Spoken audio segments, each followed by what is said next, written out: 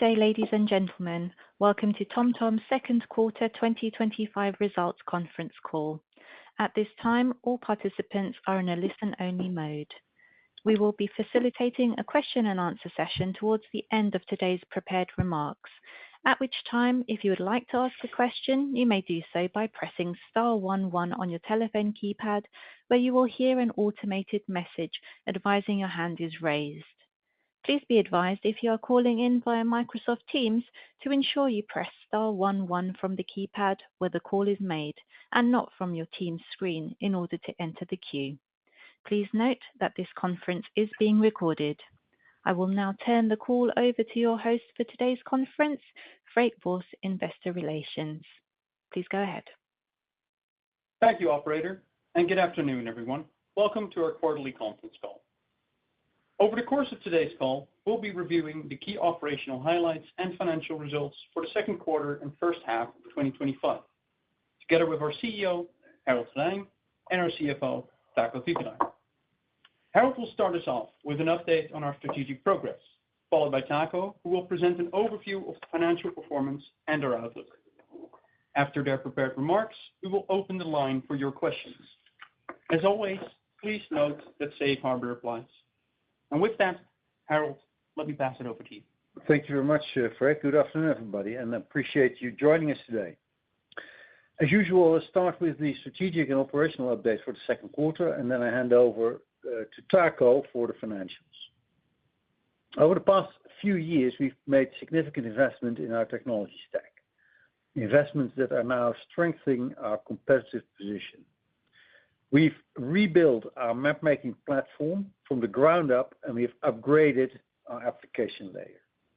And this foundation has allowed us to introduce modular products that are easier to integrate, easier to customize, and easier to scale.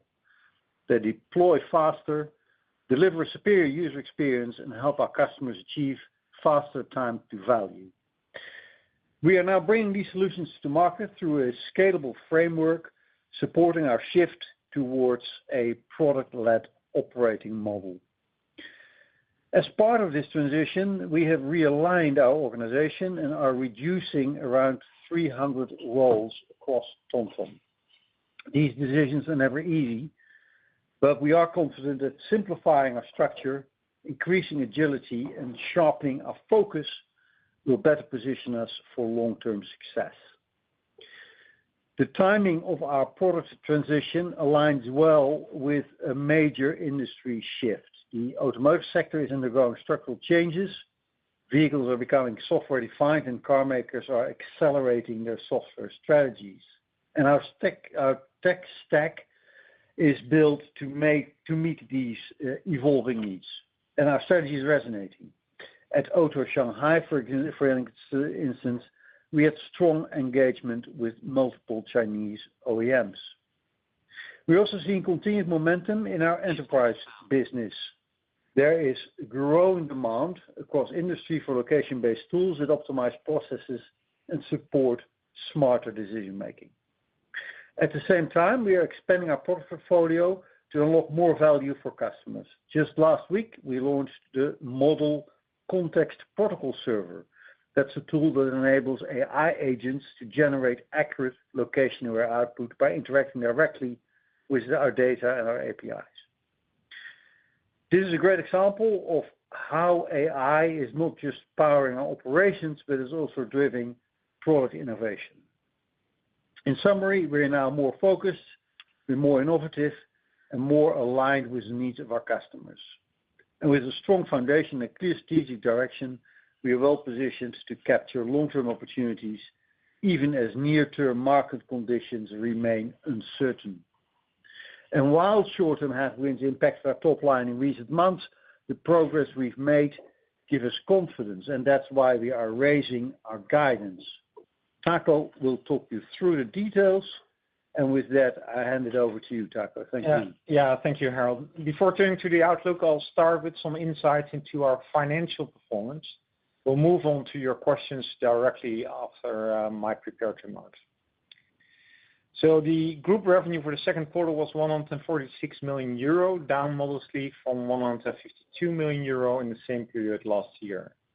Location technology revenue was totaled 126 million euro, representing a marginal year-on-year decrease that was driven by a variety of transitory factors, as Harold already pointed to.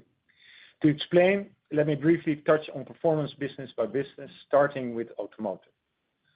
Automotive operational revenue saw a year-on-year decrease of 13% to 77 million euro. This decrease reflected lower car volumes at some of our customers and across the market more broadly, as well as the ramp down of some car lines to which we are supplying.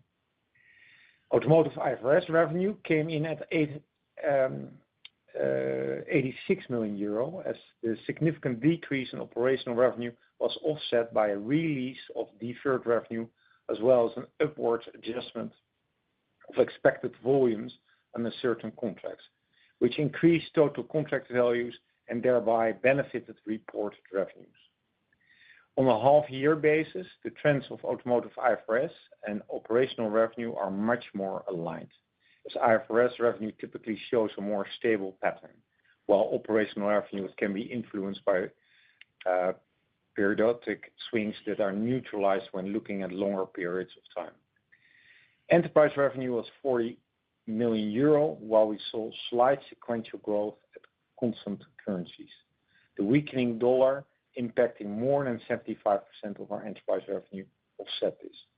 Compared to the same period last year, revenue declined by 4%, largely due to the contribution from the Australian government contract in Q2 last year. As we mentioned before, the public sector is a relatively new target market that our Orbis Maps opens up for us. Deal flow in this sector tends to be somewhat binary, and when deals close, a relatively large portion of revenue is recognized upfront due to the structure of the contract. This dynamic created a base year effect in the second quarter. We continue to see good opportunities and remain committed to expanding our public sector presence.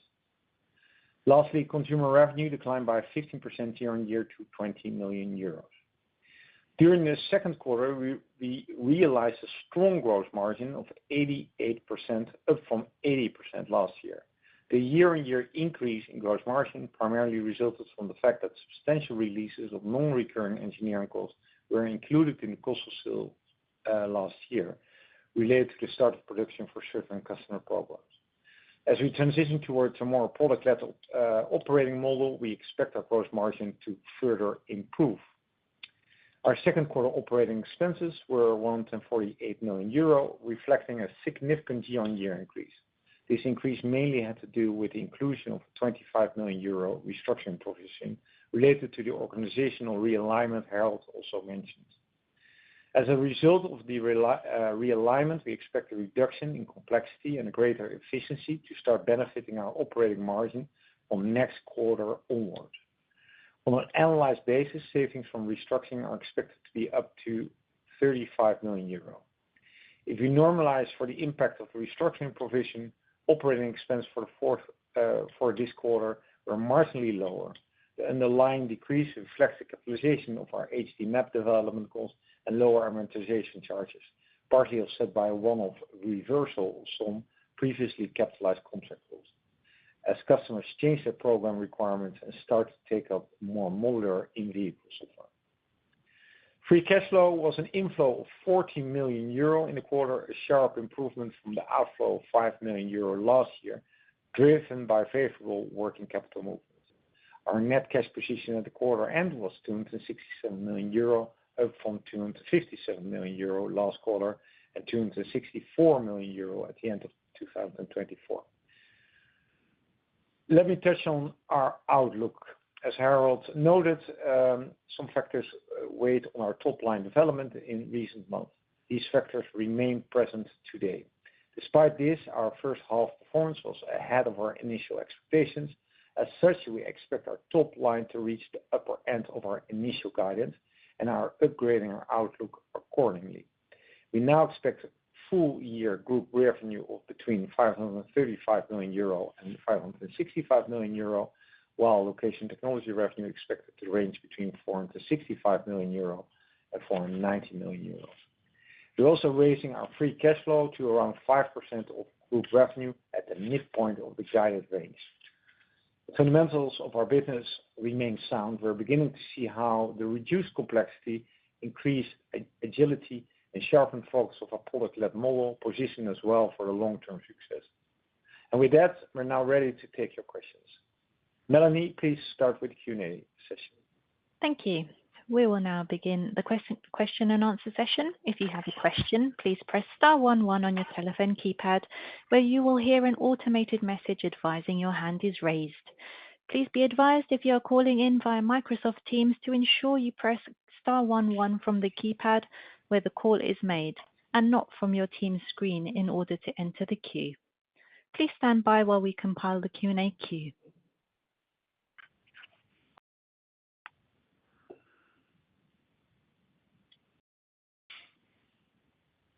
Our first question comes from the line of Marc Hesselink from ING. Please go ahead. Your line is open. Yes, thank you.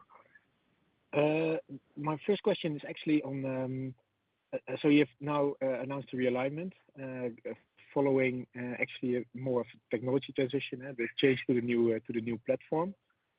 How can you picture maybe what's next on the technology side?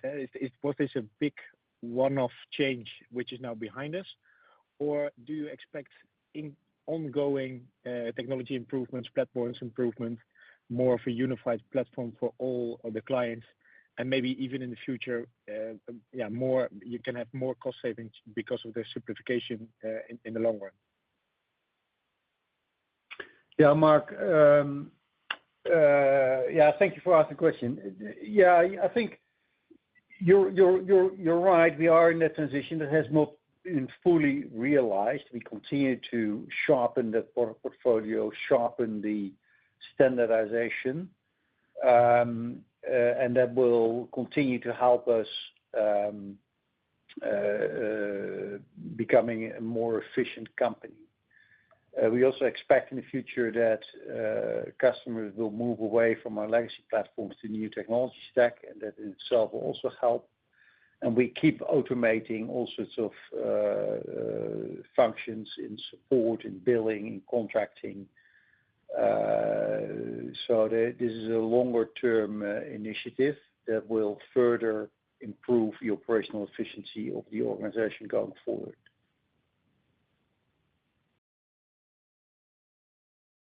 Okay, and is that something that you quantify, like how much is still linked to legacy cost? No, I can't quantify that, but it is an important movement. A lot of people working on technology are involved in that standardization process, in that productization process, and it will increasingly deliver simplification and efficiency going forward. Okay, great. And my second question is actually on the growth profile. I mean, obviously a lot of things moving around at the moment as well. I think underlying, if you adjust for the US dollar, you're now a bit on a mid-single-digit growth in the enterprise side of the business. I would say with automotive, if we go out of this uncertainty period, you're probably also somewhere around mid-single-digit growth. Is that a fair number for medium term on that number, or are there significant upside or downside risks to that? Well, so I think the way to look at it, Mark, is that it's fair to say that our competitive position is strengthening, especially in automotive. We see some evidence there as well of discussions with OEMs and potential customers that go really well. We feel good about that. The nature of the automotive industry dictates that those, before that translates into invoicing and revenue, there's always a lag. There's quite some time between that. But I think we're on the right track for sustained growth in the automotive sector. But at the same time, it will take some time before you see that materializing. On the enterprise world, We're growing, certainly in constant currency measured. We're not growing as fast as I had hoped. But also there are some good indicators of stuff on the horizon. I think particularly in the enterprise, in the government sector, there's quite a bit of potential. And we see also more traction in what we call the self-service segment of our operation, where developers independently find their way to our APIs and SDKs and start using them in their applications. That is, for the moment, still a relatively small part of our revenue, but we see good potential there as well.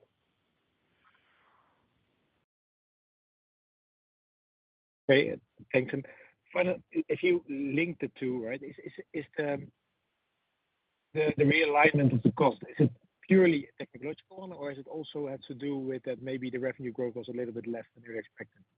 Or at this stage? No, this is really. I think the realignment is really a consolidation. You know, we've been spending significant capital on that product transition that is now coming to an end, and we start seeing the benefits from a simpler and better product portfolio, and that triggered us to start looking at how we go forward with the workforce. It's in combination with improved developer productivity, new tools that are deployed. All that triggered us to have a hard look at the composition of our workforce, and that resulted in the reorganization that we are discussing now. The goal is to get a simpler operation, more agile, faster time to market, and faster time to value. Okay, that's very clear. Thank you. Thank you. Once again, if you have a question, please press *11 on your telephone keypad, where you will hear an automated message advising your hand is raised. We'll now move on to our next question. Our next question comes from the line of Tim Ehlers from Kepler Cheuvreux. Please go ahead. Your line is open. Yes, hi. Thanks, operator, and good afternoon, everyone. Thanks for taking my question. The first one would be about the restructuring, and you mentioned that unfortunately you had to reduce your workforce by approximately 300 people. Could you maybe explain a little bit the new structure after that, and where you took these cuts, and where maybe you still want to grow in terms of employees? Yeah, we saw so I think it's fair to say we're continuously adapting, optimizing the composition of our workforce. The restructuring took place mostly in the platform products organization, supporting functions in the back office, and that's where most of the roles became redundant. Okay, yeah, so maybe I can add to that. It is not in the geographical data R&D line. So there you will see not at the coming quarters you will see little change there. It is mainly, as Harold said, in the application layer R&D line, and then also in the sales and G&A line. Okay, great. Very insightful. That would have been my next question. Okay, cool. Then follow-up question: the cash flow and also the upgrade in the guidance.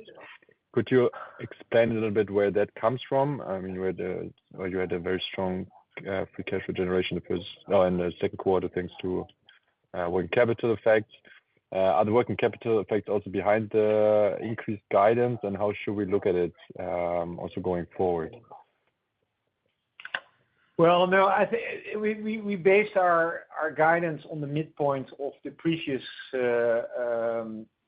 guidance, and so that the previous guidance was lower, the midpoint at least. So that is one effect, and the other effect is that the restructuring will lead to an annualized saving of 35 million. So you could say that half of that will be realized in the second half of this year as well. Because the cash flow guidance that we gave for the full year excludes the restructuring charge. Okay, clear. That's it from my side. Thank you. Okay. Thank you. Once again, if you have a question, please press star 11 on your telephone keypad, where you will hear an automated message advising your hand is raised.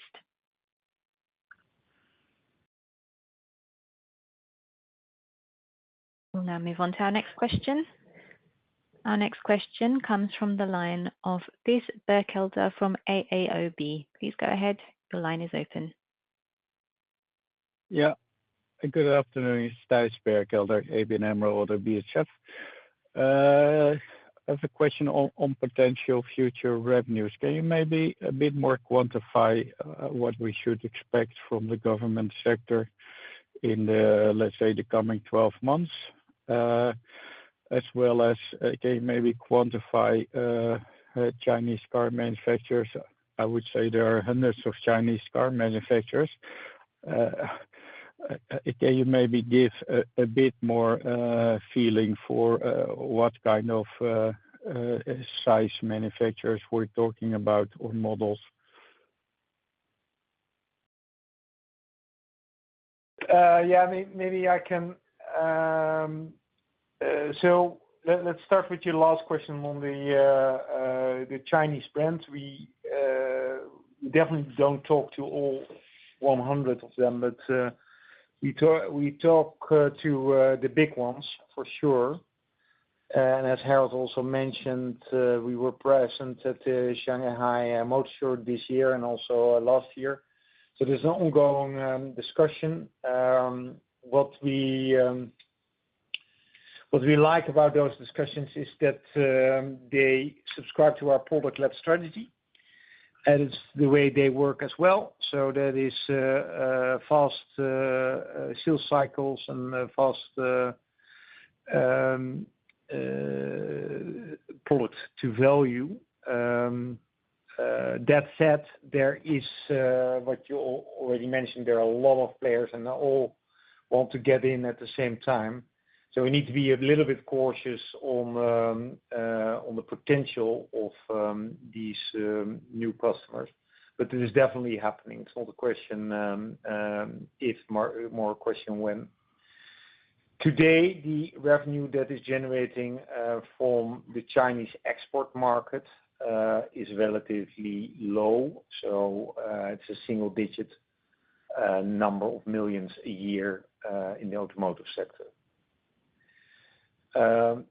In enterprise, what we've seen is that the new Orbis map is resonating very well with the governmental sector or the defense sector, if you like, for a number of reasons, because we can provide the map and they can run it on their own server at their privacy, and it's not that we need to control their access or what exactly which analysis they are making. So there's a high level of privacy and independence on that.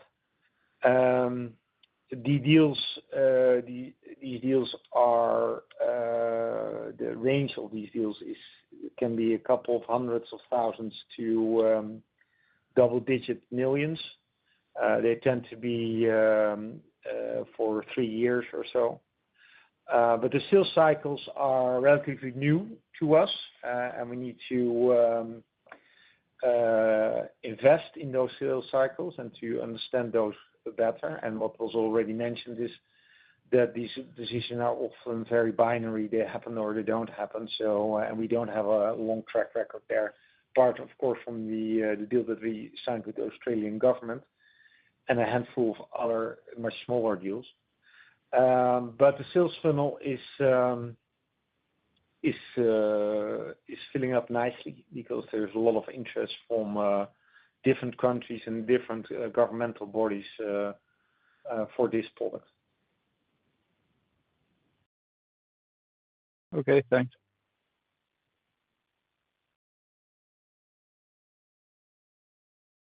As there seem to be no additional questions, I want to thank you all for joining us. Andrew. Oh, sorry. Question just popped up. Operator? Yes, we'll go ahead with that question. Our next question comes from the line of Andrew Heyman from Independent Minds. Please go ahead. Your line is open. Yep, thanks for taking my question. Just the cash flow was, you touched on it a little bit, but the cash flow was very good in the quarter, and it's a lot of that came in from the receivables. I was just wondering if you could provide some details as to why there was that, I think it's a bit over 20 million drop in receivables this quarter. And then on the restructuring, you mentioned it a bit that in terms of the R&D side, it's the application side where the cutting is happening rather than the geographic R&D component. And is that because the geographic has come down quite noticeably recently, and you're now at the level which you need despite map making becoming more automated? And then Yep, sorry. Yep, go ahead. Yeah, do you want to first go through all your questions, or shall we start answering? I just got one last one, so I Okay, go ahead. Yep. And then maybe you emphasized the product-led operating model, and just maybe to help me there, how did you describe your operating model before you moved to the product-led approach?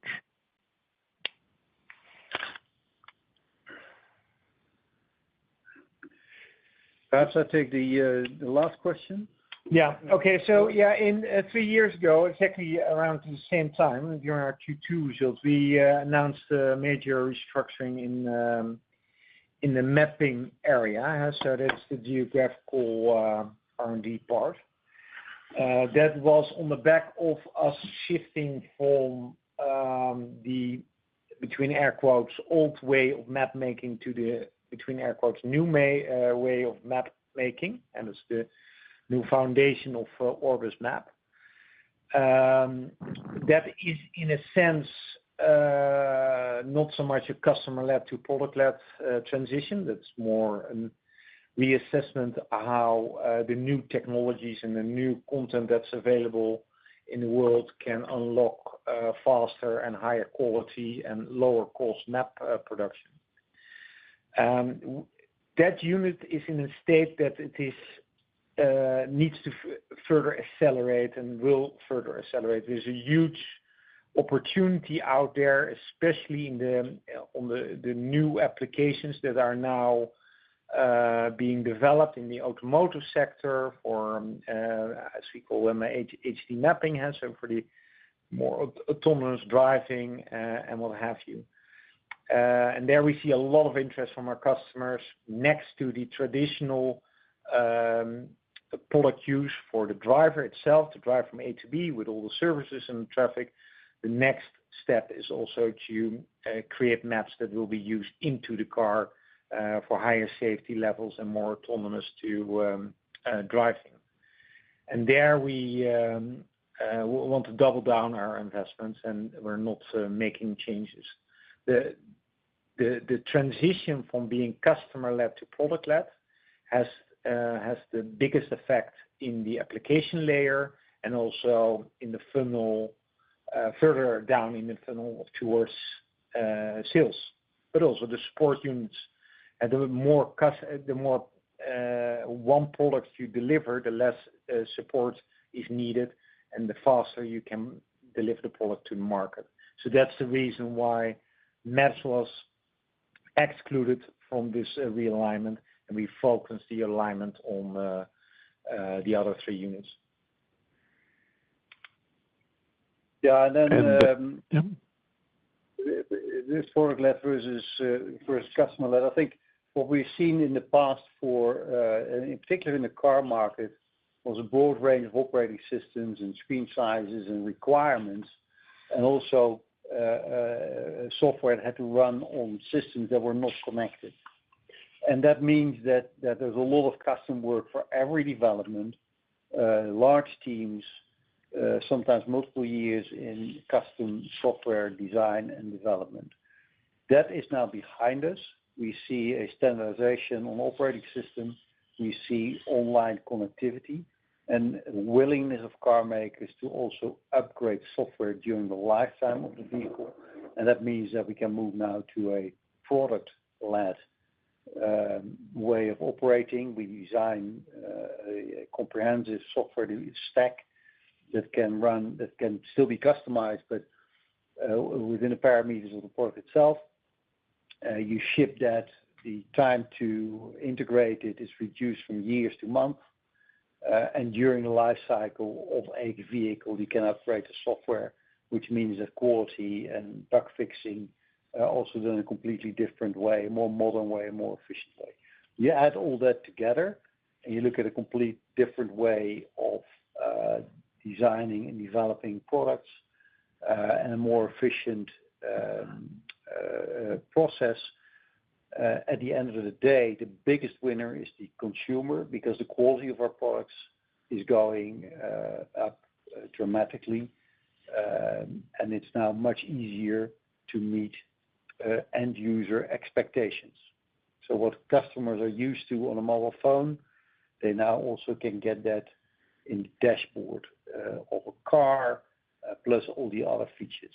So it's a better product, easier to, more cost effective to make, more cost effective to maintain, more cost effective to integrate in the vehicle. Yeah, and I also realized that I didn't answer your first questions on the cash flow movements. It's indeed so that our receivables was a bit lower. If you compare it to the start of the year, it was 25 million lower. On the other hand, our payables was lower as well, but not with the same amount. So on balance, it was favorable to us. I wouldn't read too much into it. At least I don't. And the focus is that we think we can generate more cash during the year from what it was break even or zero free cash flow to if you take the midpoint of our revenue and you take 5% of that, you arrive at 27.5 million of free cash flow. And I think that's a bit of the midpoint of the bell curve of expectations. At the end, working capital is always hard to predict. But this is where we think we can land at the year end. Good. Thank you very much. Thank you. As there seem to be no additional questions, I want to thank you all for joining us this afternoon. Operator, you may now close the call. Thank you. This concludes today's presentation. Thank you for participating. You may now disconnect.